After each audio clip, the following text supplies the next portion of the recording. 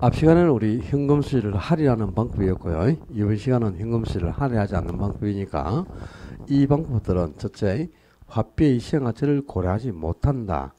그러니까 시간가치를 고려하지 못하는 방법에 의림셈법, 즉 성수법이나 수익률법, 비율분석법, 회수기간법, 회계적 잉율법이 있다. 그리고 앞 시간에 다룬 순행가법이나 수익선수법, 내부수익률법은요, 할인현금 수지 분석법의 일종이었죠. 또 뭐 의림셈법에 순행제가치법이나 수익선수법이 있다. 그런 소리 하면 안 된다. 의림셈법에는 성수법하고 수익률법 두 가지가 있는데요. 자, 의림셈법은 말 그대로 의림잡아 시험을 해보고 투자한다 이런 뜻이다. 의림잡아 시험을 해보고 투자하니까 이제 주묵구구식으로 대충 계산해보고 투자해보를 결정한다는 뜻이거든. 그러니까 이제 정확도가 없다는 뜻입니다. 그래서 잘 사용은 하지 않는데 이 의림셈법에도 성수법과 수익률법 두 가지가 있잖아, 그죠? 자, 이 성수법은 성수의 크기를 가지고 투자를 선택하는 겁니다. 성수는 뭘 의미하느냐? 성수는 배수라는 뜻이다. 배수. 무슨 말인 거 아니까? 가감성제라는 말 들어보셨어요? 이 무슨 말이다 이게? 가가 더한다는 뜻이다. 감은 뺀다. 성은 곱한다. 제는 나눈다 이 말입니다. 더하고 빼고 곱하고 나누는 걸 가감성제라는 거죠. 거기에 성이라는 말이 뭐야? 곱한다 이 말이죠. 그럼 성수는 곱한 수 이 말이다. 곱한 수 다른 말로 배수라는 뜻이야. 배수. 잘 들어봐. 3에다가 4를 곱하면 얼마가 되죠? 12. 3에다가 7을 곱한다. 21이다. 이게? 그럼 3에 4를 곱한 수가 10이고 7을 곱해주면 21인데 이 3에 곱해준 수가 4하고 7이죠. 그죠? 이게 이제 3의 4배수는 10이다. 3의 7배수가 21이다 이 말이죠. 그럼 이게 곱해준 수, 요걸 성수라고. 이 성수가 바로 배수야, 배수. 그러니까 배수 몇 배가 되느냐 이 말입니다. 그러니까 성수는 몇 배인가를 의미하는데요.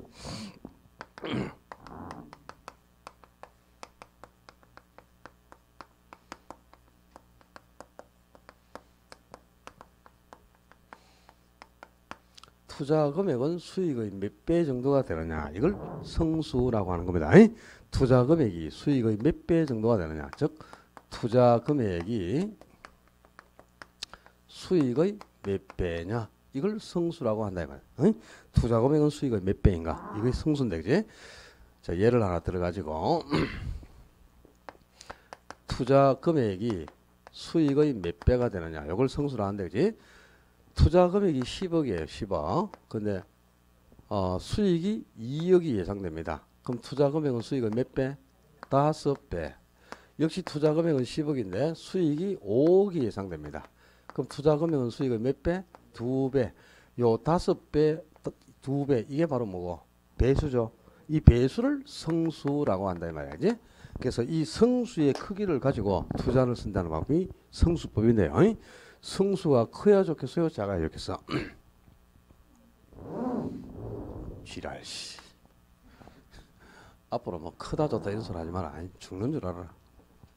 성수가 작아야 돼. 성수가 작을수록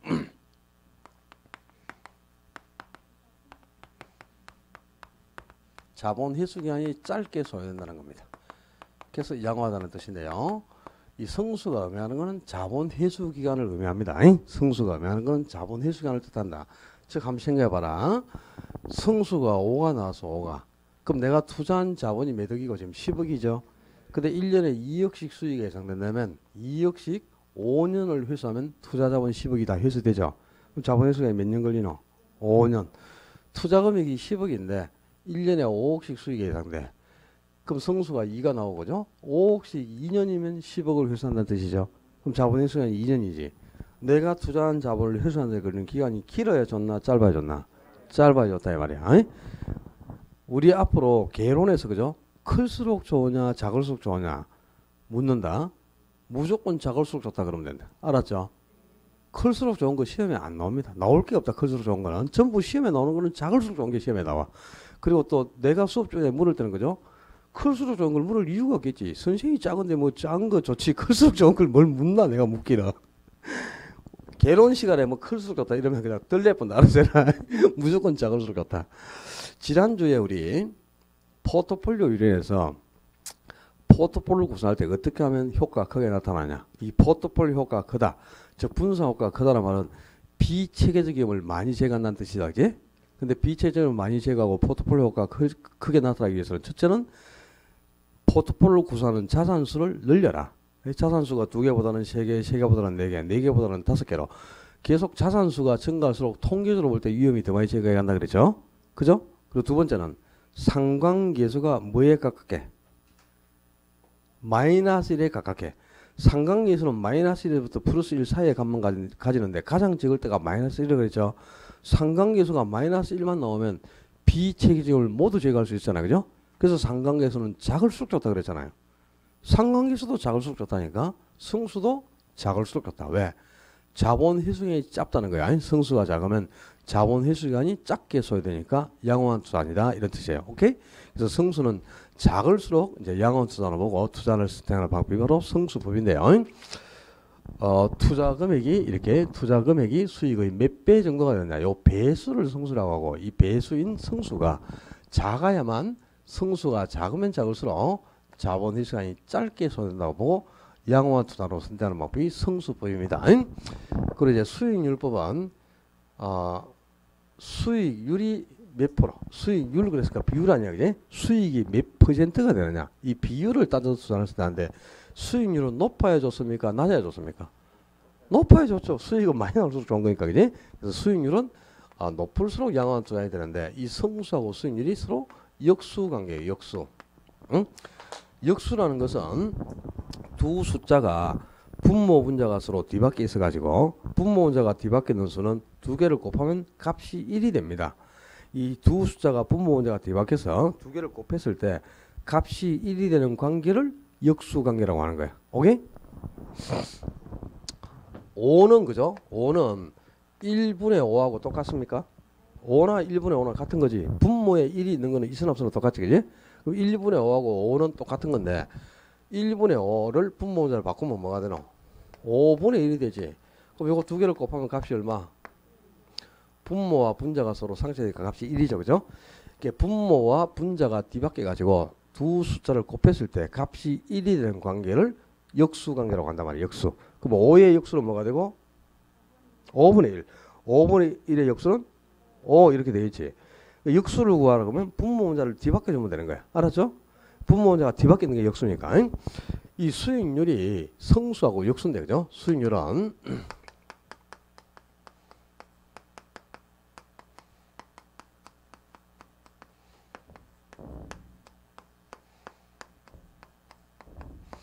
수익이 투자 금액에서 몇 퍼센트 정도를 차지하냐. 몇 퍼센트니까 이게 비율이죠. 그죠? 우리 수익률 했잖아. 투자 금액에서 수익이 차지하는 비율을 수익률 해서 지난주에 그게 요구 수익률, 기대 수익률, 실현 수익률 다 했잖아. 지난주에. 그죠? 그 하면 많어. 뭐 기억이 나야 되는데. 진짜. 맨날 해봐야 그죠? 맨날 새로 듣는 느낌이고 처음 듣는 느낌이고 저거 언제 했냐 이런 소리 자꾸 말이야. 그지? 모르면 안 배웠다 하고 그죠? 알면 자기가 열심히 공부해서 맞춘 거고 틀리면 이거 안 배워서 틀리다 하고 앞으로 안 배워서 틀다 이런 소리 해봐라. 참 안 배워서 모른다 이러지 말아요. 배웠는데 잊어버렸습니다 이랬는데 알았죠? 안 배웠습니다 이러지 말라고. 알았지? 아직 안 배운 게 많죠. 근데 나중에 이제 실제 시험에 떨어지고 나면은 안 배워서 떨어졌다 이런 소리 하지 말라고. 배워서 잊어버려서 떨어졌다 그래야지. 배웠는데도 잊어버려서 떨어졌다 그래야지. 알겠습니까? 내 탓이요. 좀 이런 거 좀 해봐라. 내 탓이요. 이거 저 어디 성당에 가면 그런 것부터 배운다더만 그지? 고해 성사도 하고 막 그런다더만 내 탓이요. 네 탓이 아니고 내 탓이요. 떨어진 거는 내 탓. 합격한 거는 진파리가 잘해줬어. 이래야지. 그죠? 참 그런 말 할 사람 아무도 없구나. 봐봐라. 성수하고 수익률. 분모자 뒤밖에 있지. 투자금에서 수익이 차지하는 비율. 그러니까 수익률은 항상 이렇게 퍼센트로 나타나니까 곱하기 100을 해줘야 이렇게 비율이 환산되는 거다. 그지? 이렇게 투자금에서 수익이 차지하는 비율을 수익률이라 한다. 그지? 수익률은 당연히 클수록 좋죠. 당연히 높을수록 양호한데 이 분모하고 분자 뒤바뀌어 있으니까 역수라는 걸 알겠죠? 그럼 자 보자. 성수가 작으면 수익률은 당연히 높아지겠죠. 성수하고 수익률은 분모 문제가 뒤바뀌어 있으니까 역수는 한 개가 작으면 하나는 클 수밖에 없는 거야. 분모 문제가 뒤바뀌어 있는 숫자니까. 그지? 잘 보라고요. 성수가 5가 나왔을 때 수익률을 한번 계산해 볼까? 5는 역수가 뭡니까? 5분의 1. 그럼 이걸 이제 수익률이니까 비율로 환산하려면, 그지? 5분의 1은 0.2죠. 그럼 이걸 비율로 나타내면 여기다가 곱하기 100을 해줘야 비율이 20%하고 산정되잖아, 그지? 이렇게 성수가 5가 나면 수익률은 20%가 된다는 뜻이 되겠죠. 만약에 성수가 2가 나왔어, 2가. 그러면 2의 역수는 2분의 1. 2분의 1은 소수적으로 0.5. 여기에 비율 환산하려면 곱하기 100을 해줘야 되겠지. 그러면 수익률이 몇 프로? 50%가 된다는 뜻이지. 수익이 20% 나올 때하고 50% 나올 때하고 뭐가 좋노? 50% 나와야지. 그지? 수익률이 높을수록 양호한데요. 잘 봐라고. 1년에 수익이 50%가 예상된다. 50%가 예상되면 50%씩 2년만 하면 투자한 자본을 100% 회수하는 거야. 그지? 그럼 자본의 시간이 2년 걸린다는 뜻이 되겠지. 그죠? 근데 수익률이 20% 나오면 20%씩 20%씩 20%씩 5년을 회수해야 투자 자본을 100% 다 회수하게 돼. 그지? 그럼 자본의 시간이 5년 걸린다는 뜻 아니야. 그지? 그러니까 성수가 크니까 수익률은 낮아지고, 그죠? 성수가 클수록 수익률은 낮게 나타나고, 성수가 작을수록 수익률은 높게 나타나는 거야. 이 분모 문제가 뒤바뀌어 있는 게 역수니까 당연히, 그지? 성수는 작을수록 수익률은 높을수록 양호한 투자가 되겠죠? 성수가 작다, 또 수익률이 높으면 그만큼 자본 회수가 작게 소요된다는 뜻입니다. 그래서 양호한 투자로 보고 투자를 채택하는 방법이 어림셈법인데, 자, 이 성수법에서 사용되는 성수가 4개가 있고요. 수익률법에서 사용되는 수익률도 3종류가 있어요. 그래서 지금 비율이 또 7개 비율이 나와요. 근데 오늘 뭐 성수, 뭐 순소득 성수, 저소득 성수, 뭐 세전 성수, 또 뭐 종합자본 환원율, 뭐 지분 배당률 이런 거 7개 비율 공식하고 얘기해주면 머리 지내리겠죠. 새해 오기 전에 머리 다 쉰다, 그지? 그 비율들은 1년에 가가지고 순차적으로 접목시켜 드릴 테니까 오늘은 성수하고 수익률의 개념 정도만 알아두면 돼요. 개념도 뭐 개념 이런 게 시험에 나오는 것보다는, 그죠? 결과가 시험에 나오는 거야. 그 시험 지문이 딴 거 없어요. 성수가 클수록 양호한 투자로 분류된다. 틀린 거야. 그냥 지문 딱 한 개 이렇게 나오는 거야. 성수는 작을수록 양호한 투자로 분류되는 거다, 이제. 자본의 시간이 짧으니까. 오케이? 이 결론을 이렇게 기억해둬야 됩니다. 성수는 작을수록, 수익률은 높을수록 자본의 시간이 짧아서 양호한 투자로 보고 투자를 채택하는 방법이 어림셈법이 되겠고요. 두 번째, 이 비하는 기법 중에서 가장 중요한 게 비율 분수법입니다. 이 비율 분수법은 여러 가지 비율을 계산해 두고 그 비율들을 비교해가면서 투자를 선택하는 거예요. 근데 이 비율 분석에서 사용되는 비율은 전부 다 중요하지. 안 중요한 비율이 한 개도 없어요. 모든 비율을 여러분이 전부 숙지를 해야 되고 공식도 나중에 다 외우셔야 되는 그런 비율들입니다. 자, 비율 분석에서 사용되는 비율들을 항상 한번 정리해본다. 자, 이제 앞으로 갑시다. 이렇게 칠판이 없으니까. 자, 비율 분석에서 사용되는 비율 중에 첫 번째 비율이 대부 비율인데, 대부 비율을 대출 비율이라고도 하고요. 대출 비율 또는 차입 비율이라고도 하고, 저당 비율 또는 담보 인정 비율 또는 융자 비율, 전부 같은 말이야. 대부 비율, 차입 비율, 대출 비율, 융자 비율, 저당 비율, 담보 인정 비율 다 같은 말인데요. 영어로는 이걸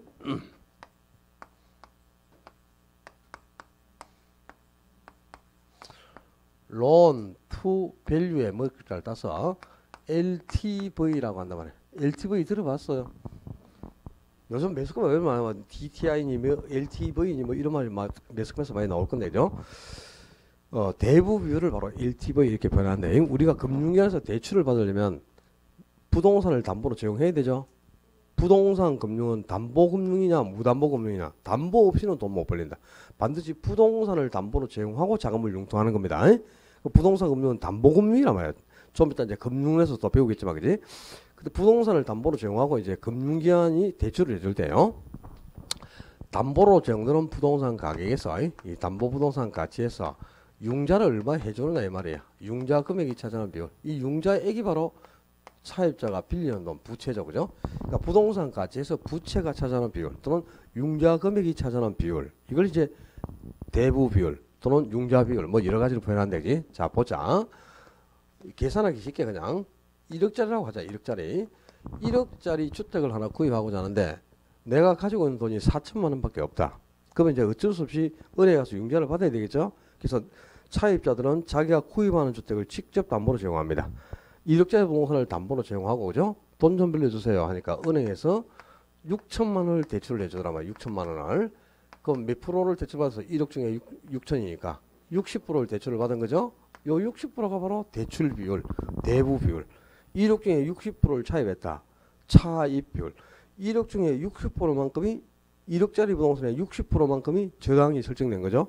그리고 저당 잡힌 비율이 60%를 저당 잡히다. 그래서 저당 비율. 또 1억 중에 60%만큼 담보가 인정됐기 때문에 대출 금액이 6천만 원으로 책정이 된 거예요. 그래서 담보 인정 비율. 뭐 이렇게 여러 가지로 표현하는데요. 부동산 가치에 대한 융자액이 차지하는 비율. 그래서 loan to value. 뭐 이렇게 따라서 LTV. LTV가 뭐라 그랬어, 지금? 대부 비율을 LTV라고 한다고. 이 용어를 알아야 돼요. 우리 시험에 그냥 대부 비율이라 이렇게 나오면 참 좋겠죠, 그죠? 지문에 그냥 LTV란 이렇게 나와요. LTV란 부동산 가치에 대한 융자액이 차지하는 비율이다. 맞잖아, 그죠? 시험 치는데 우리 개론이니까 그래. 자, 할인연금 수지 보수부터 그지? 현금 수지를 할인하잖아. 그러니까 할인이 뭐야? 디스카운트. 현금 수지, 현금 흐름을 캐시 플로우라고 한단 말이야. 그러니까 디스카운티드 캐시 플로우에 머리를 따라서 DCF라 하거든요. 할인연금 수지 보수벌. 근데 시험 지문에 DCF란 이렇게 나와. 수년제 가치, 수년가는 네트 프리젠트 밸류에 머리를 따라서 NPV. MPV란 이렇게 나온다니까. 수익성지수도 PI란 이렇게 나오고. 그러니까 이 영어를 모르면 안 돼요. 시험 치다가 또 LTV랑 하고 나왔는데 이 뭐 개론 시험에 뭐 무슨 뭐 리모컨 달린 TV가 왜 나와 이런 소리 하지 말고 알았지? LTV가 뭐라고? 대부분이라 그랬다. 영어를 알아야 돼. 이 담보로 정되는 부동산 가치에서 융자 금액이 차지하는 비율을 대부분이라 하는데요. 자, 금융기관이 만약에 1억짜리 부동산을 담보로 제공했어. 그런데 1억 3천만 원을 빌려주면 대부분이 몇 프로죠? 130%지. 그런 금융기관이 있을까? 지구상에는 없다. 그런 금융기관이 아니잖아, 그죠? 보통 대부분은 이제 일정 한도를 정해놓고 최대 한도가 70%입니다. 나중에 이제 금융론에서 모기지론을 배우면은 모기지론은 70%까지 지금 대출을 해주고 있는데요.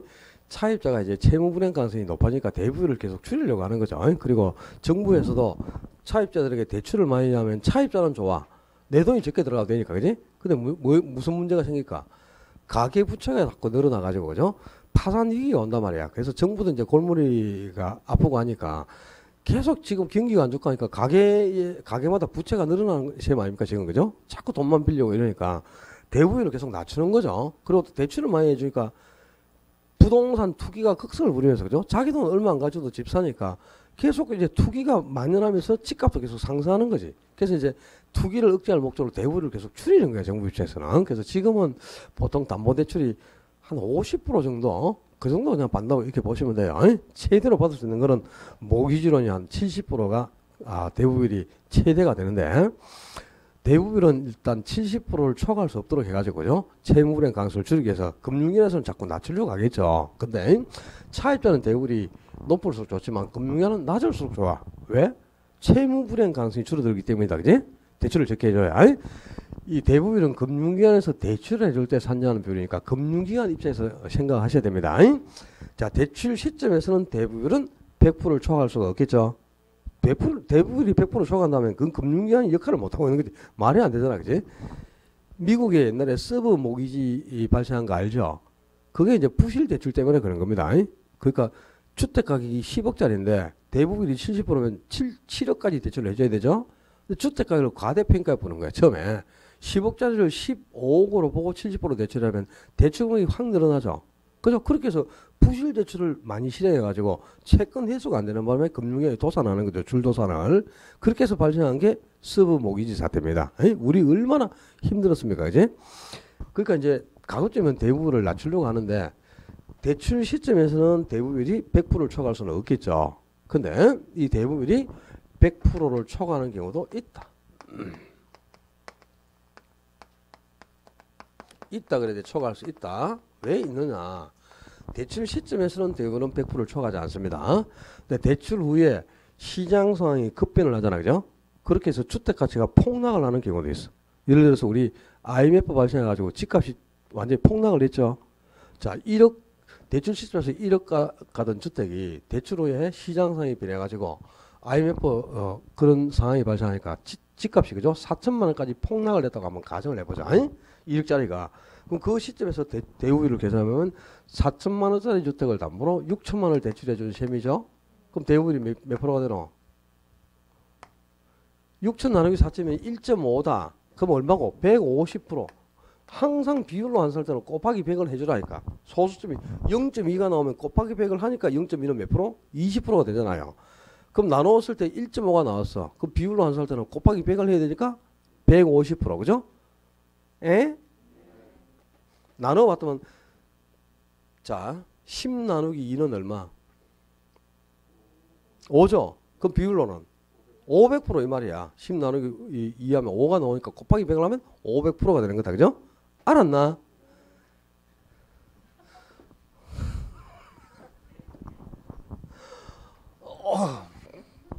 그러니까 이제 자 이렇게 시장 상황이 변해 가지고 부동산 가치, 이 담보부동산의 가치가 하락을 하잖아요. 이렇게 순간적으로요.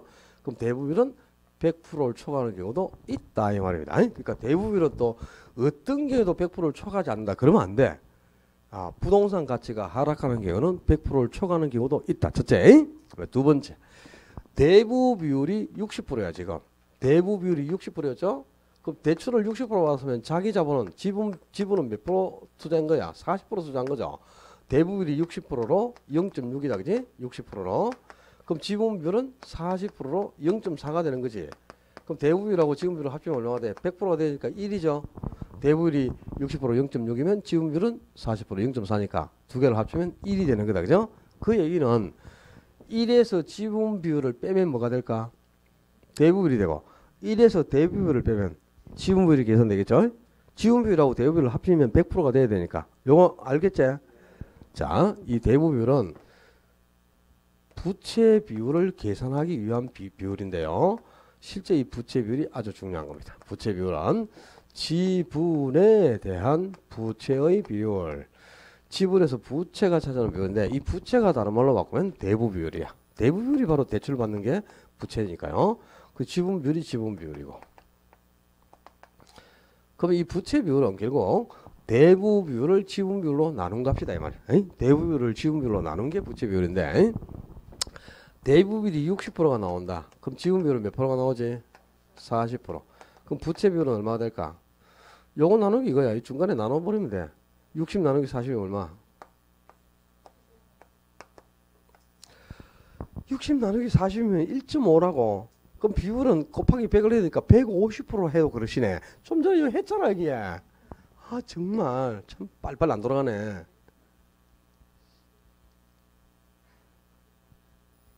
집에 가고 싶다 그냥 갑자기. 하여튼 분수만 나왔다 하면 그냥 막 잘 들어야 돼. 이 중요한 거라. 봐봐. 대부 비율은 지분에서 부채가 차지하는 비율인데요. 대부 비율을 부채 비율이 지분에 대한 부채 비율인데 이 대부 비율을 주면서 부채 비율을 계산하라 그러잖아요. 부채 비율을 구하라 그러면 어떻게 하냐? 대부 비율 밑에 지분 비율을 적으라고. 두 개를 합치면 100%가 돼야 되니까 지분 비율이 몇 프로 하는 건 금방 나오겠지. 대부 비율이 80%면 지분 비율은 얼마고? 20. 이게 30이면 요건 70. 이게 80이면 요건 20. 이렇게 되겠지. 두 개 합치면 100이니까 그지? 그리고 중간에 나눠주면 돼. 대부비율을 지분비율로 나눠버리면 그게 부채 비율이라고. 알았지? 해봐. 지금 봤다 지금.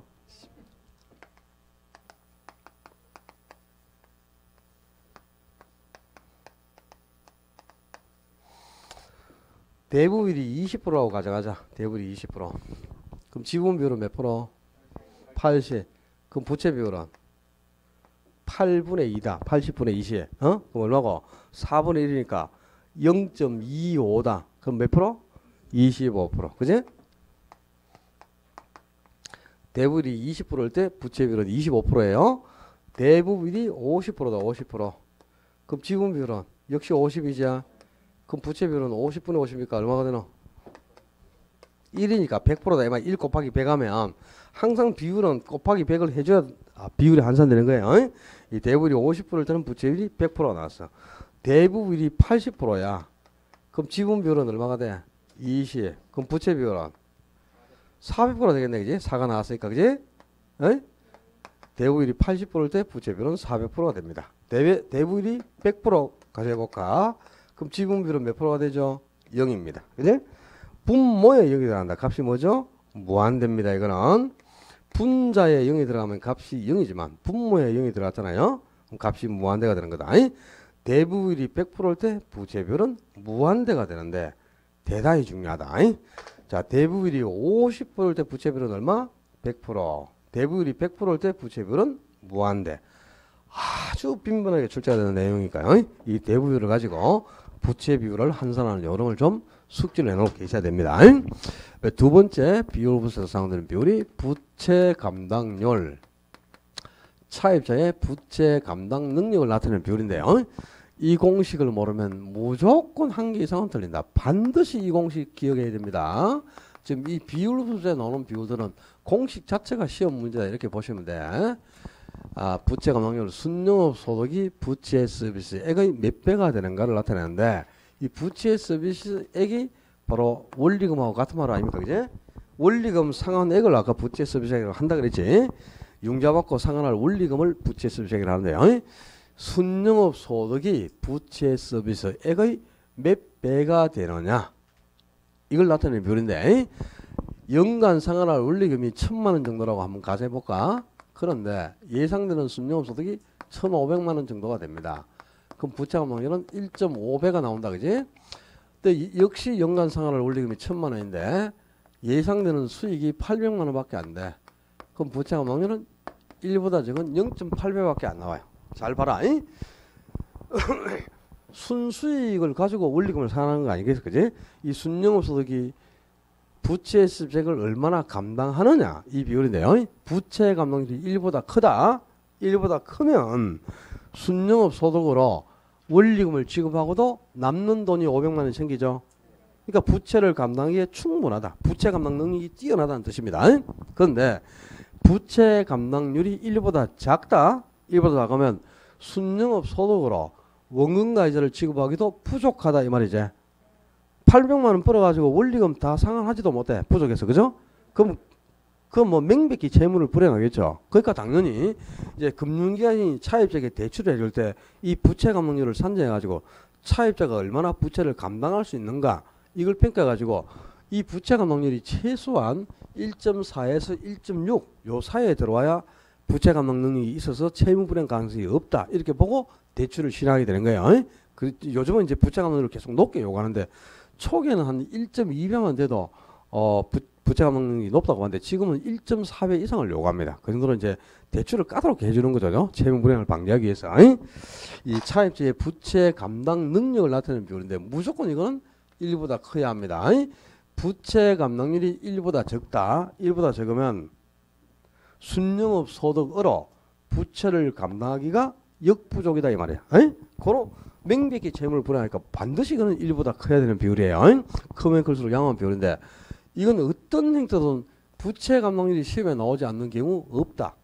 반드시 출제가 됩니다. 부채 감당률은 어떤 행태로든 계산 문제가 나오든 뭐가 나오든 나오니까 꼭 공식을 기억해놔야 되겠어요. 세 번째, 차입자의 채무 불이행 가능성을 나타내는 비율. 채무 불이행률. 채무를 불이행할 확률 이런 뜻이다. 실제 채무를 불이행했다는 게 아니고 앞으로 채무를 어느 정도 불이행할 것 같다 이 말이야. 그러니까 채무 불이행의 가능성을 나타내는 비율인데요. 자, 이거 분모가 아주 중요합니다. 분모가 유효총소득이다. 유효조소득. 순영업 소득이 아니에요. 유효총소득에서 영업경비와 부채 서비스액이 차지하는 비율. 그러니까 유효총소득이 영업경비와 부채 서비스액을 얼마나 감당하느냐 이 비율을 채무불이행률이라는데 연간 예상되는 유효 총소득이 1억 정도라고 한번 가정해 볼까요? 근데 1년간 지출할 경비를 한번 딱 산정해 보니까 7천만 원 정도 경비가 나올 것 같다. 그 다음에 1년간 상환할 때 원리금을 계산해보니까 원리금이 한 3천 정도는 지불을 해야 돼. 그럼 자 1년에 1억 벌어서 경비 7천 지출하고 원리금 3천 상환하고 나면 남는 거 하나도 없지. 채무불이행률이 1이 나왔죠. 자 채무불이행률이 1이다 이 말은 그죠? 1억 벌어가지고 경비 지출하고 원리금 상환하면 남는 거 한 푼도 없고 모자란 것도 한 푼도 없어. 남는 것도 없고 모자란 것도 없지. 남는 것도 없고 모자란 것도 없다. 이게 뭐죠? 그렇습니다. 손익분기점. 그래서 채무불이행률을 손익분기점이라고 합니다. 이 손익분기점의 측정 지표 바로 유효총소득에서 영업경비와 부채수입이 감당하는 비율인데 이 채무불이행은 안 할수록 좋아, 그지? 채무불이행률은 0에 가까워야 좋죠. 값이 낮으면 낮을수록 채무불이행 가능성이 좋다라고 보는 거니까 이거는 0에 가까울수록 낮을수록 양호한 비율이 되겠습니다. 그 네 번째 비율 영업경비 비율.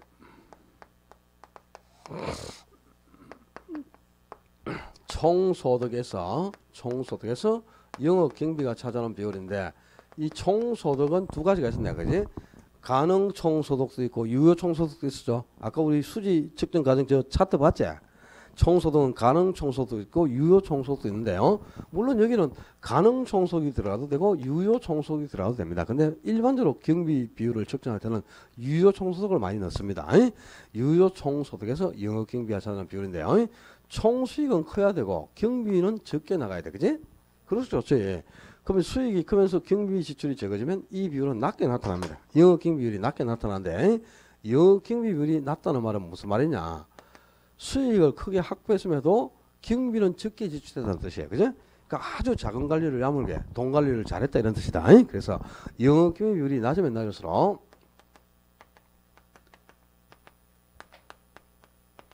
재무 관리 상태가 아주 양호하다는 뜻입니다. 그래서 이 영업 경비 비율은 부동산의 관리 상태를 측정하는 척도로 사용됩니다.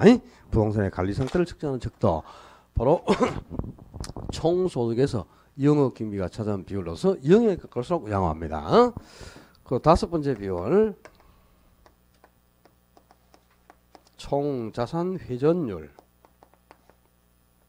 책에 없을 수도 있어요. 없죠. 없는 것 같더라 보니까 당연히 있어야 됩니다. 이 비율은 중요한 비율이니까. 뭐 지금 입문서에는 빠진 것도 많고 그래요. 총자산 회전율은 총투자 금액에서 총소득이 차지하는 비율인데 총투자 금액하고 항상 같은 말이 있어. 총투자하고 같은 말이 부동산 가격입니다. 만약에 여러분이 부동산이 3억짜리라면 투자 금액도 3억이 되는 거죠. 10억짜리 부동산에 투자를 하면 투자 금액도 10억이 되는 거잖아. 그죠? 총 투자 금액이나 부동산 가치 항상 같은 편이냐. 투자 금액이 부동산 가격만큼 투자가 이루어지는 거니까 부동산 가격이나 총 투자랑 같은 말인데요. 이 부동산 가격인 투자 금액에서 총 소득이 차지하는 비율이고 투자 금액은 적을수록 좋아요. 그리고 총 수익은 클수록 좋고 그죠? 그러면 당연히 이 비율은 높게 나타날수록 좋다는 겁니다. 총자산 현질이 크면 클수록 투자 금액은 적은 대비해 총 수익을 크게 확보하고 있기 때문에 자산 회전도가 높아서 양호하다 이런 뜻이다. 그래서 이 총자산 회전율 나중에 가면 이제 그 성수를 배우고 나면 총자산 회전율이 저소득 성수, 총소득 성수하고 역수라는 게 아주 중요해지는데 아직 성수 공식을 제가 안 알려드렸으니까요. 요 그냥 이런 비율이 있다는 거 용어라도 한번 드러나 봐요. 그리고 실제 또 아주 중요한 비율이 있어.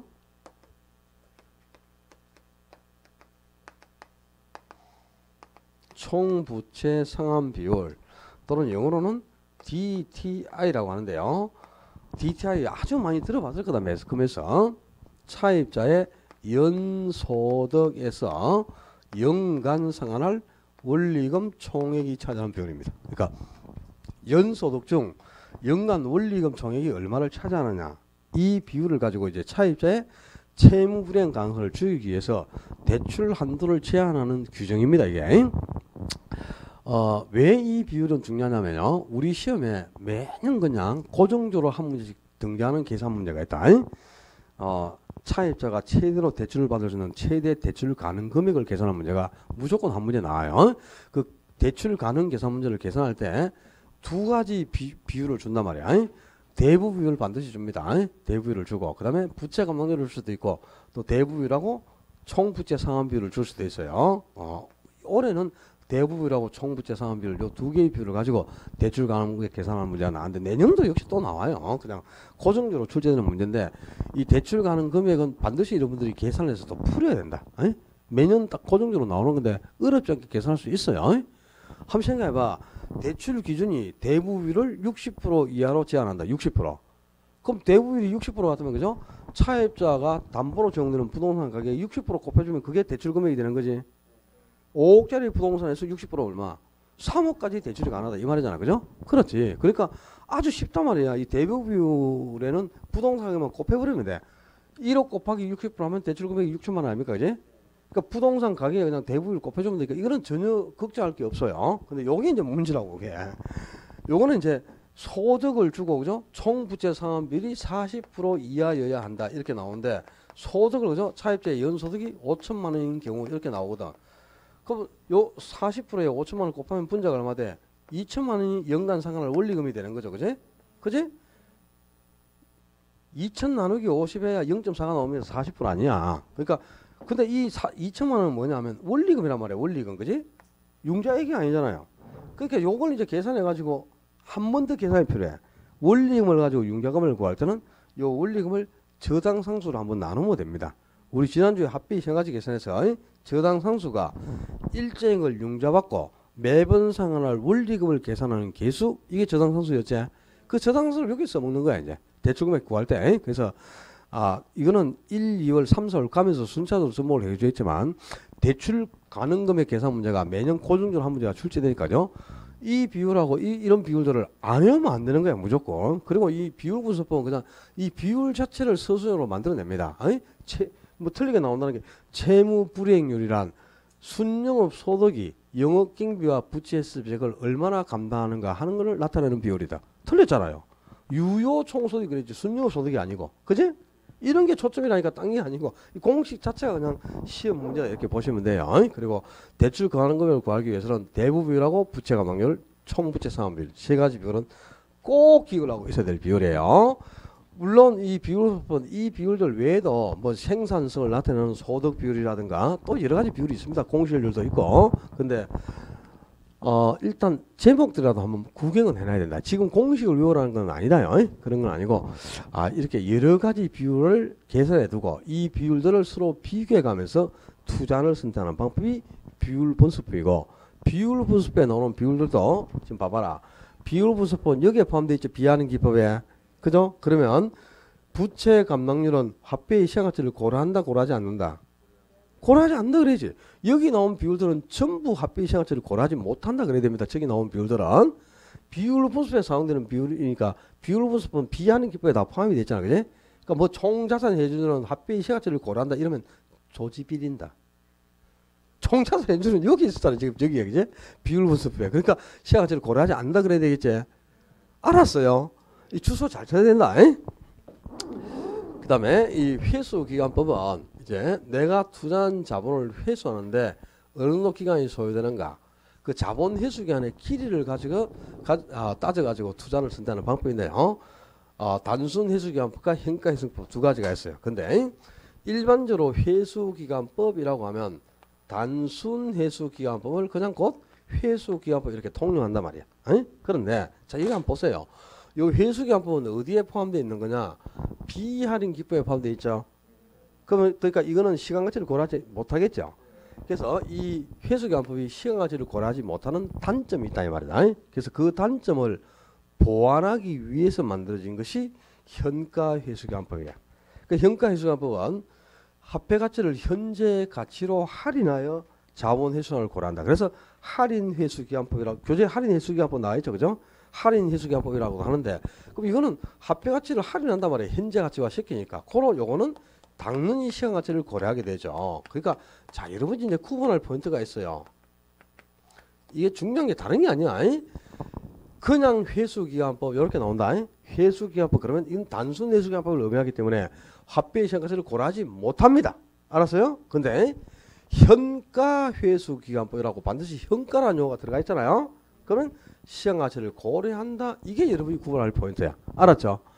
그러니까 여기 있는 방법들은 자, 어림시행법에 있는 성수법이나 수익률법, 비율분석법, 회수기간법, 회계적인 율법은 전부 시행가치를 고려하지 않는단 말이야. 근데 그냥 회수기간법은 시행가치를 고려하지 않는다. 근데 현가회수기간법 그러면 시행가치를 고려한다. 이렇게 되는 거야. 그럼 합계의 시행가치를 고려하는 기법이 지금 4개가 되는 거죠. 우리 앞 시간에 정리한 순행가법, 수익성지수법, 내부수익률법, 현가회수기간법 4개는 시행가치를 고려한다. 그지? 그 다음에 어림시행법에 있는 성수법이나 수익률법, 비율분석법, 회계적 이익률법, 그리고 회수기간법 그러면 시행가치를 고려하지 않는다. 이렇게 되는 거야. 그냥 회수기간법 또는 단순 회수기간법 그러면 시행가치를 고려하지 못한다. 근데 현가회수기간법 그러면 시행가치를 고려한다. 이게 구분 포인트입니다. 그 다음에 나중에 이제 회수기간법하고 회계적률법은 투자 선택 기준만 더 정리하면 돼요. 지금은 정리하지 않을 거니까. 회수기간법은 이렇죠. 내가 목표 회수기간을 만약에 내가 지금 투자 금액이 10억인데 10억을 회수하는데 4년이 걸리면 나는 투자하겠다. 투자자가 목표 회수기간을 4년 설정했다고 가정해보자. 근데 투자안을 분석해 보니까 투자 안에서 이 10억을 회수하는데 걸리는 기간이 2년밖에 안 걸릴 것 같아요. 그럼 투자하겠어 안 하겠어? 나는 4년 만에 자금 회수가 이루어진다면 투자하겠다 이렇게 목표를 세웠어. 근데 투자안을 분석해 보니까 2년이면 충분히 자금 회수가 가능하단 말이야. 투자해 안 해? 해야지. 근데 내가 목표로 4년을 채팅해서 내가 4년 안에 4년 만에 자금을 회수한다면 투자하겠다. 목표 회수기간을 4년 설정했는데 투자안을 분석해 보니까 투자 안에서 자금을 회수하는데 걸리는 기간은 5년 걸릴 것 같아요. 그럼 자기가 세운 목표보다 더 오랜 시간이 걸려야 자금 회수가 이루어진다는 거죠. 그럼 투자하지 않는 거야. 그래서 이 회수기간법은 투자자의 목표 회수기간과 투자안의 회수기간을 비교해가지고 목표 회수기간보다 투자안의 회수기간이 짧을 때 투자를 하는 겁니다. 그게 회수기간법인데 그 투자 기준은 1, 2월 단계 가서 정리해 드리고요. 기본수 받아 정리하고 오늘은 이렇게 제목이라도 일단 기회해둬라. 뭐가 중요하다고? 합계의 시행가치를 고려하는 기법이 어떤 게 있느냐? 시행가치를 고려하지 않는 방법에 뭐가 있는가? 요거부터 먼저 정리가 딱 돼야 된다. 이거 정리가 안 되면 안 돼요. 그 다음에 앞 시간에 다룬 순행가, 수익수, 내부 순위의 개념. 이 개념 모르면 안 돼. 그리고 또 투자 선택 기준이 5개가 있잖아. 순행가는 뭐보다 크면 투자 0. 수익수는 1, 2보다 크면, 그죠? 내부 순위나 기대 수익이 요거보다 클 때 투자 가치가 시장보다 더 클 때 투자를 채택했죠. 투자 채택 기준 정리를 해야 되는 거다. 그리고 성수는 작을수록 수익률은 높을수록 자본 회수기간이 짧게 쏟으니까 양호한 투자로 투자를 채택하는 방법이 어림시행법. 비율분석에서 나오는 비율들은 비율 자체들의 용어를 좀 그죠? 눈여기를 해주실 필요가 있어요. 자, 지난주부터 이제 투자론을 전부 한번 점검해 봤는데 참 까다로워. 그지? 범위도 넓은 데다가 이게 아직까지 진짜 깊이 있는 내용까지 다 안 들어갔거든요. 아직 반도 안 했어, 반도. 근데도 반도 정리를 안 했지만 내용이 조금 어렵고 공부거리가 많겠구나. 이게 피부 육감적으로 느낄 수가 있죠. 그런 감도 없으면 뭐 그죠? 뭐가 중요하고 안 중요한 것도 모르다는 뜻이다. 빠른 시간 안에 오늘 다룬 투자론까지 해가지고 지난주부터 오늘 다룬 투자론까지 해서 투자론만큼은 한 앞으로 3일 이내에 그죠? 꼭 동영상을 한 번 더 들으면서 좀 복습을 한번 하기를 당부를 드릴게요. 그래야 1, 2월이 여러분에게 편합니다. 자, 투자론이었고 이제 요거는 좀 치우자. 금융론으로 가야 되네. 금융론.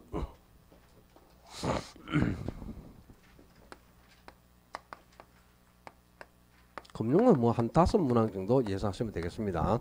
통상적으로. 근데 이 금융론도 예전에 시험에 많이 나올 때는 9문항까지 출제가 되고 했기 때문에 상당히 비중 있게 다룬 영역이에요. 근데 내용 자체가 그다지 어렵거나 그렇지는 않아요. 투자론이나 감정평가론, 경제론에 비해서는 아주 좀 손쉽게 점수를 딸 수 있는 파트가 금융이라고 보시면 되겠네. 그지? 금융이라는 말이 나왔지? 금융이 무슨 말일까? 금융은요. 자금 융통 이걸 줄이 말해서 자금 융통을 줄여서 금융이라는 거야. 그러니까 자금 융통이란 자금이 은행으로 흘러 들어가고 은행을 통해서 흘러 나오는 거. 자금의 흐름 또는 자금 융통 이걸 줄여서 그냥 금융이라 한단 말이야. 자, 차입자가 은행에 예금을 했어. 그럼 자금이 은행으로 흘러 들어갔죠. 그럼 그 차입자의 예금을 모아가지고 그 예금을 또 다른 차입자에게 대출을 해줘. 그럼 금융기관이 대출을 해주면 또 자금이 은행을 통해서 흘러 나왔죠. 그 자금이 은행을 통해서 흘러 들어가고 흘러 나오는 거, 이런 자금의 융통, 자금의 흐름을 통틀어 금융이 이렇게 표현한다 이 말입니다. 그러면 부동산 금융은 부동산을 담보로 제공하고 자금을 융통하는 것, 이게 부동산 금융이야. 그리고 또 부동산 금융은 크게 토지 금융, 주택 금융으로 나눠요. 근데 일반적으로 부동산 금융 그러면 주택 금융을 뜻한다 이렇게 보시면 돼요. 알았죠? 토지를 담보로 우리가 대출을 받을 수도 있죠. 근데 대부분의 부동산 금융은 주택을 담보로 제공하고 자금을 빌리는 겁니다. 주택을 담보로 자금을 융통한다. 그래서 부동산 금융 그러면 주택 금융을 뜻하는 거다. 이렇게 기억을 하시고요. 주택 금융은 크게 두 가지로 나눠요. 책에 없어.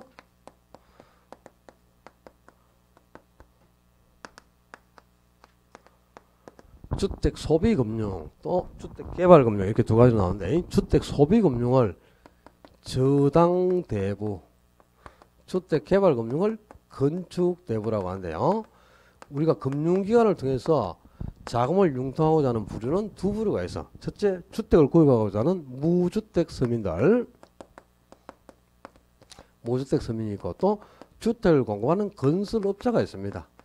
그러니까 이 무주택 서민들이나 건설업자들이 자금 수요자죠. 은행에서 돈을 빌려오고자 하는 사람들이죠. 그죠? 근데 무주택 서민이 되는 대상, 그 자금 조달을 주택 소비를 촉진한다. 그래서 소비금융 또는 저당권 설정을 통해서 대출이 되니까 저당대부라고 하는 거고요.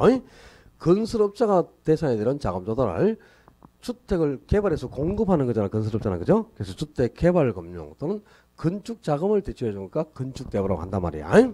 그래서 이렇게 주택금융은 저당대부와 건축대부, 서민이 대상이 되는 저당대부, 건설업자가 대상이 되는 건축대부로 나누는데, 이 두 가지의 특징이 판이하게 달라요.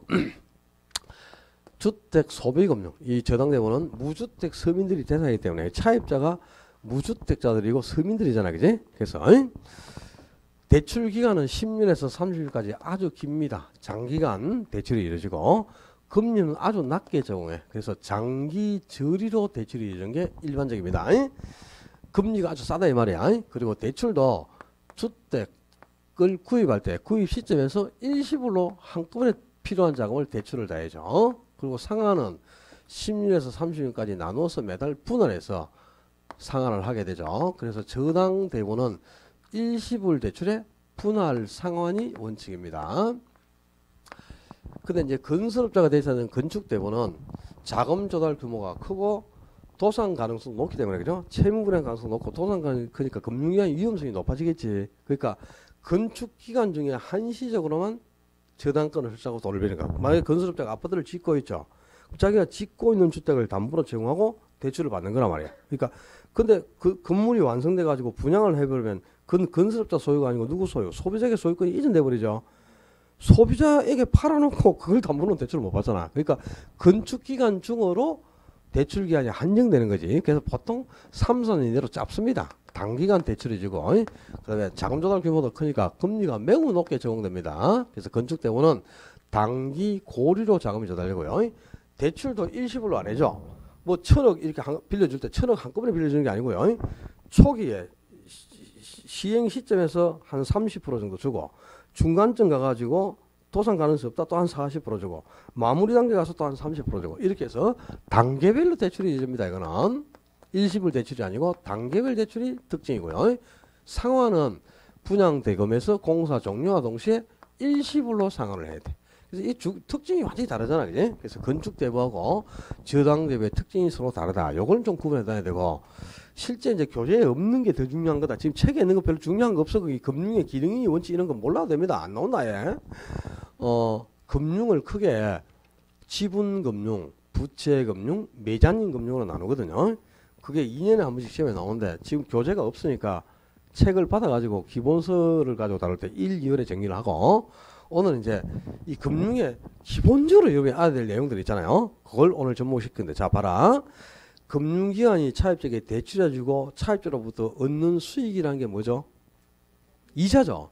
근데 이자는 이제 잔금의 이자율만큼을 곱한 게 이자가 되겠죠. 그죠? 잔금이 1억 남았다. 연이율이 5%야. 그럼 1년간 납부할 이자가 500만 원이 되겠죠?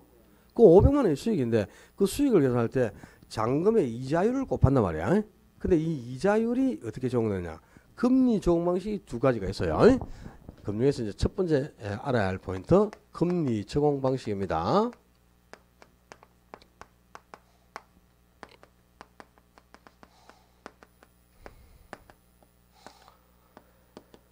첫째는 고정금리, 두 번째는 변동금리. 뭐 금리나 이자율이 같은 말이니까 고정이자율과 변동이자율. 이 이자율 적용 방식은 두 가지가 있는데 고정금리는 대출 기간 내내 금리가 고정된다 이 말이겠지.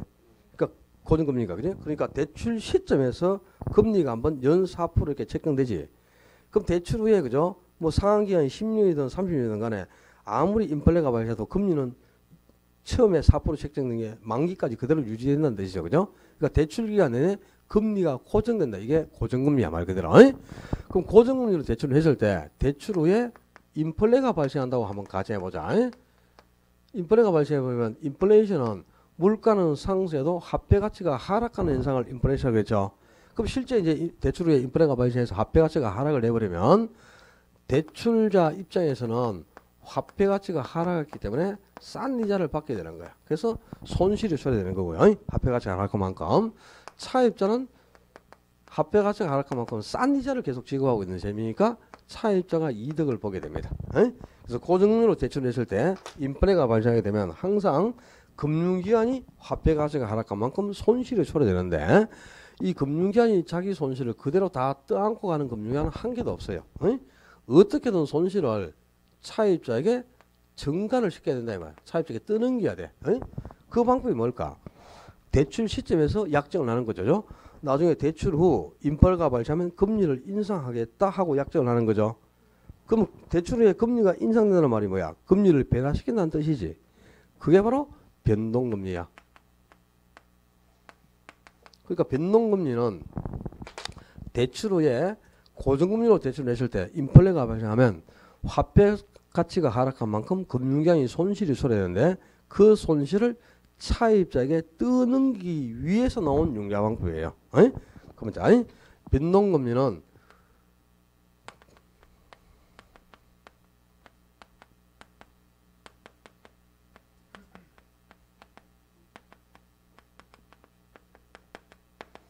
이게 중요한 거다. 차입자가 아니고 대출자를 인플레이션 위험에서 보호하는 수단. 그게 바로 변동금리다 이 말이야.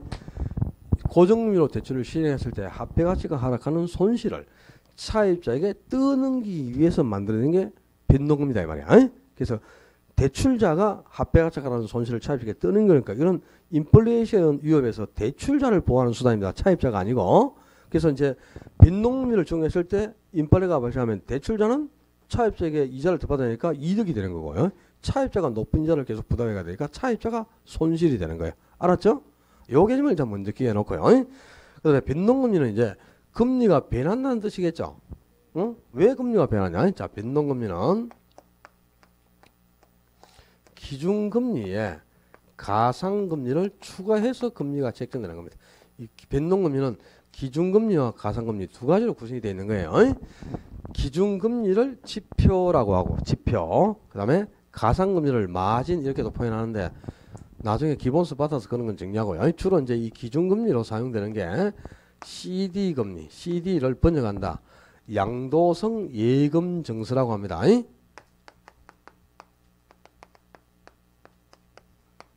이 양도성 예금 증서 금리, 이걸 CD금리라고요. 그리고 전국은행연합회에서 제공하는 금리가 코픽스 금리라는 게 있어.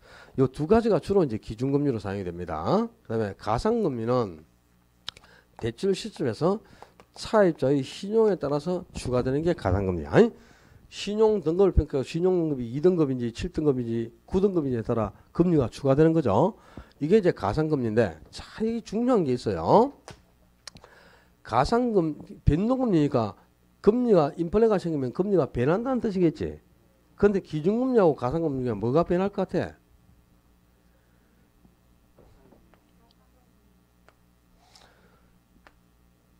가상금리는 대출 시점에서 그죠? 차입자의 신용을 평가해 가지고 당신의 신용등급이 4등급이니까 기준금리에다가 1.5%를 추가하겠다. 이렇게 해서 약정을 냈잖아요.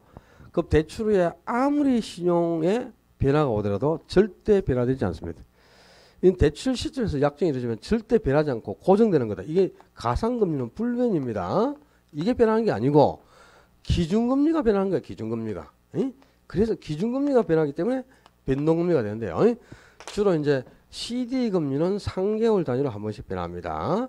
그리고 코피스 금리는 6개월에서 12개월 단위로 한 번씩 변해요. 그래서 이 기준금리가 변하기 때문에 변동금리가 되는 거지 가상금리가 변하는 게 아니다. 이게 아주 중요 포인트다. 여러분들이 뭐 잊어버리면 안 돼. 이런 것들은. 그래서 이제 변동금리는 일반적으로 기준금리와 가상금리를 합쳐가지고 이자율 금리가 책정된다. 요 금리 책정 방식을 좀 기억해 놓고요. 자, 시험에 나오는 포인트 정리한다. 지금부터. 공산남별 그렸다 내가 지금.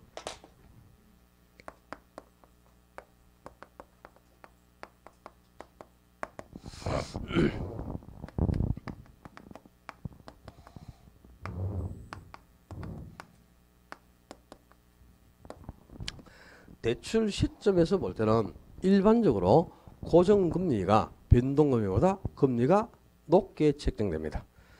그러니까 변동금리가 예를 들어서 연 3% 이렇게 책정되잖아요. 그럼 고정금리는 연 4.5%, 5% 이렇게 책정되는 거예요. 그러니까 대출 시점에서 볼 때는 항상 고정금리가 변동금리보다 금리가 높게 책정된다. 첫째 포인트. 왜 고정금리가 높게 책정될 수밖에 없느냐? 고정금리는 대출 시점에서 금리를 한번 책정하면 대출 후에 금리를 변화시킬 수가 없어요. 고로 대출 시점에서 미리 인플레이션을 반영해서 금리를 책정할 수밖에 없다 이 말이야. 그러니까 인플레가 반영되는 만큼 금리가 당연히 높게 적용될 수밖에 없는 거죠. 그래서 대출 시점에서 볼 때는 일반적으로 고정금리가 변동금리다. 금리가 높게 책정된다. 중요해요. 그 다음에 두 번째, 대출이 이루어진 후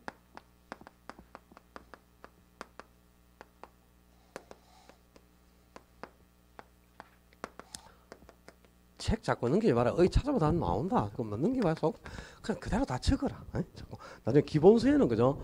제가 얘기해준 순서 그대로가 다 나와 있거든. 지금 설명한 순서 그대로 다 나와 있어. 기본서에는. 그러니까 기본서를 가지고 이제 1월부터는 줄 쳐가면서 내가 줄 쳐주고 할 테니까. 이거는 연습장이다. 지금 쓰고 있는 책은 12월 말 되면 갖다 버릴 거예요. 그거 뭐 열심히 써놔봐야 볼 거 아니니까 그냥 계속 항칠해. 알았죠? 지금 하는 게 뭐 필기가 그 항칠하는 거지. 그죠?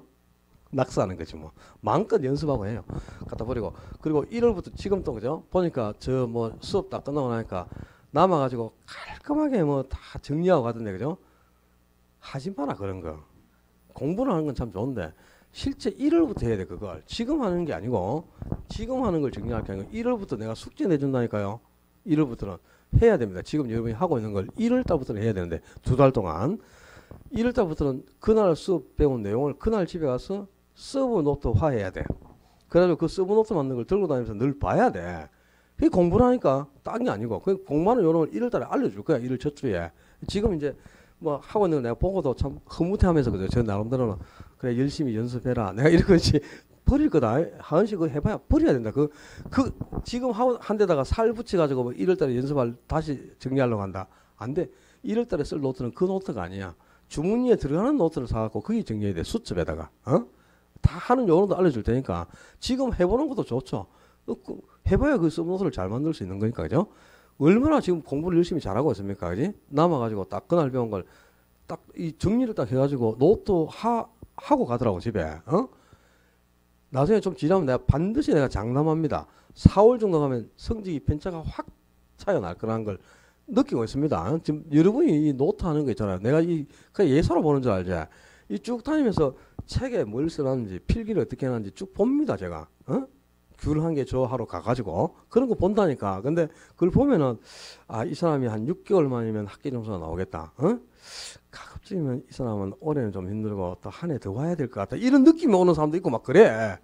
그거만 봐도 안다니까. 그 진짜. 근데 대부분 보니까 참 잘하던데요. 필기도 참 잘하고 정리를 아주 잘하는 것 같더라고. 상당히 모범적으로 다 잘하고 있던데 1월달부터는 숙제를 내줄 테니까 그대로 한번 따라해 봐야 됩니다 여러분들이. 지금은 그게 마음대로 그냥 연습해. 이제 자 내가 대출을 받았는데 대출 후에 그죠? 지금 시장금리가 계속 상승하는 경우도 있고 하락하는 경우도 있어. 만약에 고정금리를 정해가지고 내가 대출을 받았잖아, 차입자가. 근데 대출을 연 4%로 대출을 받았는데 시장금리가 계속 하락을 해가지고 시장금리가 2%까지 떨어져 버렸습니다. 시장금리가 계속 하락을 해가지고.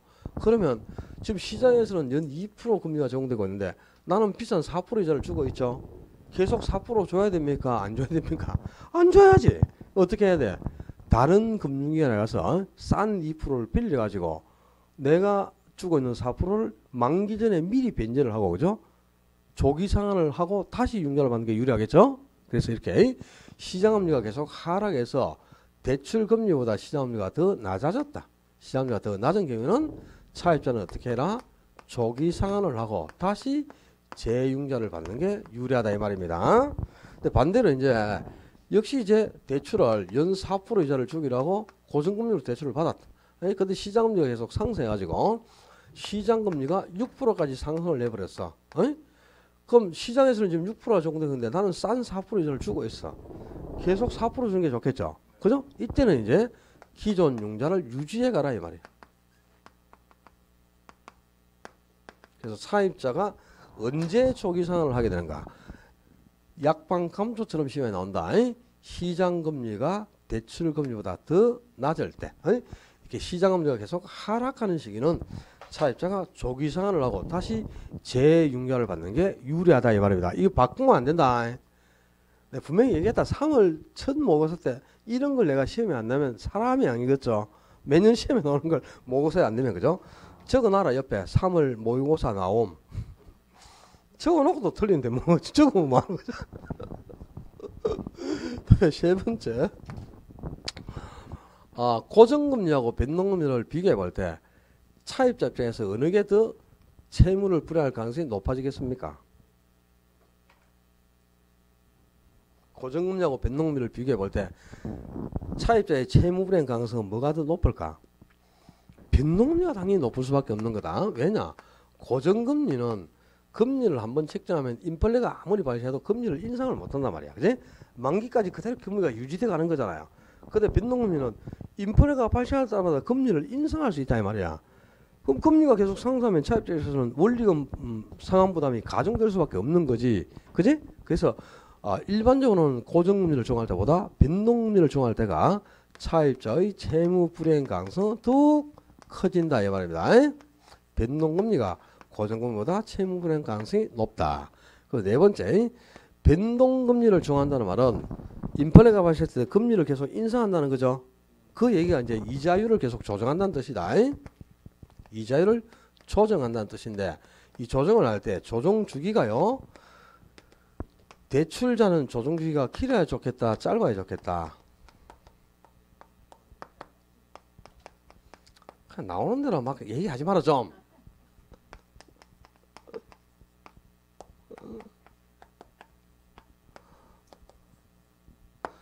대출자는 조정기가 짧을수록 좋은데요. 이런 거다. 한번 생각을 해봐라. 자, 우리가 10년 상환 기간으로 대출을 받았다고 가정해보자 말이야. 근데 조정기가 2년일 수가 있고 5년일 수가 있다. 그지? 조정기가 2년이면 총 5번 금리를 인상하는 거지. 조정기가 2년으로 길면 2번 금리를 인상할 수 있는 거지. 근데 차입자도 보호를 해야 되겠지. 그러니까 변동금리를 정할 때는 반드시, 그죠? 상환 기간 중 금리를 인상하더라도 총 5회 이상 인상하지 못한다. 조정 횟수를 약정하게 되고요. 또 한 번 인상할 때 0.5%를 초과할 수 없다. 이렇게 해서 상한선을 약정하게 돼 있어. 안 그러면 차입자를 보호할 수가 없겠지. 그죠? 한 번씩 금리를 인상해가지고 시도 때도 없이 금리를 인상하면 차입자가 견디겠습니까? 그지? 그러니까 조정 횟수와 이자율 상한이 약정이 되게 돼 있어요. 근데 만약에 한 번 인상 시 0.5%를 초과하지 못한다. 이렇게 상한을 설정해서 가정해볼까? 그러면 자, 5번 인상하면 0.5% 같으면 총 2.5%를 인상해야 되는 거야, 금리가. 근데 2번밖에 인상하지 못한다. 아무리 인상해도 1%밖에 금리가 상승하지 않습니다. 그럼 금융위기 입장에서는 금리를 많이 인상할수록 좋은 거 아니야? 조정 주기가 길어야 돼, 짧아야 돼? 짧아야지. 그래야 조정 횟수가 많아지면서 인상폭이 크니까 금융기관은 유리한 거고, 차입자는 조정 주기가 길어야지. 그 조정 횟수가 줄어드니까 인상폭이 제한적이죠. 그래서 차입자는 조정 주기가 길수록 유리하지만요. 이 이자율 조정은 차입자가 하는 게 아니잖아. 금융기관이 하는 거지. 그러니까 금융기관 입장에서 항상 시험을 내는 거다 이게. 그래서 금융기관 입장에서는 이자율 정기가 짧을수록 유리하다 이 말입니다. 그 다음에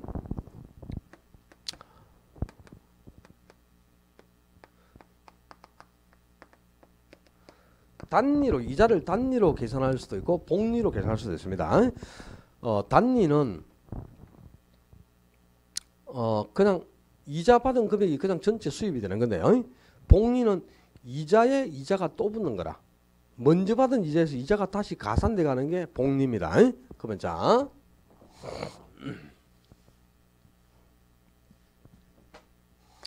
1년 만기 대출이라 좀 쉽게 여러분 이해하기 위해서 1년 만기 대출에서 그죠? 이자를 1억을 연 10% 계산하기 쉽게 10% 이자율을 정해가지고 1년 만기 방식으로 그죠? 1년을 대출을 받았다고 가정해봐. 근데 이자를 만기에 한 번 수령하면 총 얼마 받아요? 1,000만 원 받는 겁니다. 1,000만 원 그지? 근데 분기당 한 번 수령할 수도 있겠죠. 분기당 한 번. 그럼 4번을 받는다 이잖아. 그지? 그러면 250만 원씩 나눠 가지고 4번을 받는 거지.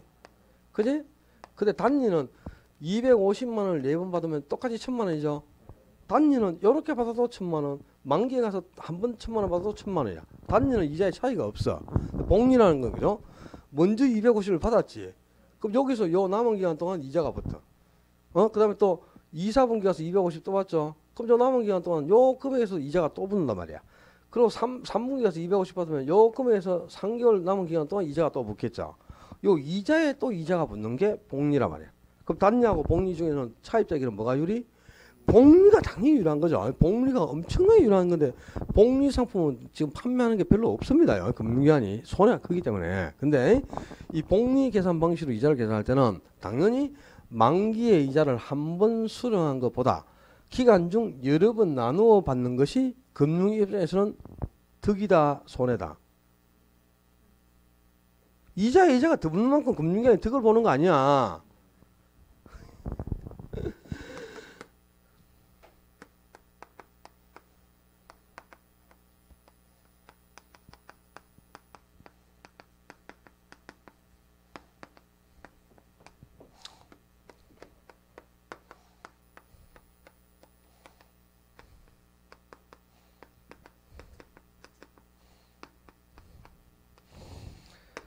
기간 중에 여러 번 나눠받는 게 훨씬 더 유리한 겁니다. 왜? 이자가 붙는 만큼 추가적으로 수익이 더 발생하기 때문에 그런 겁니다.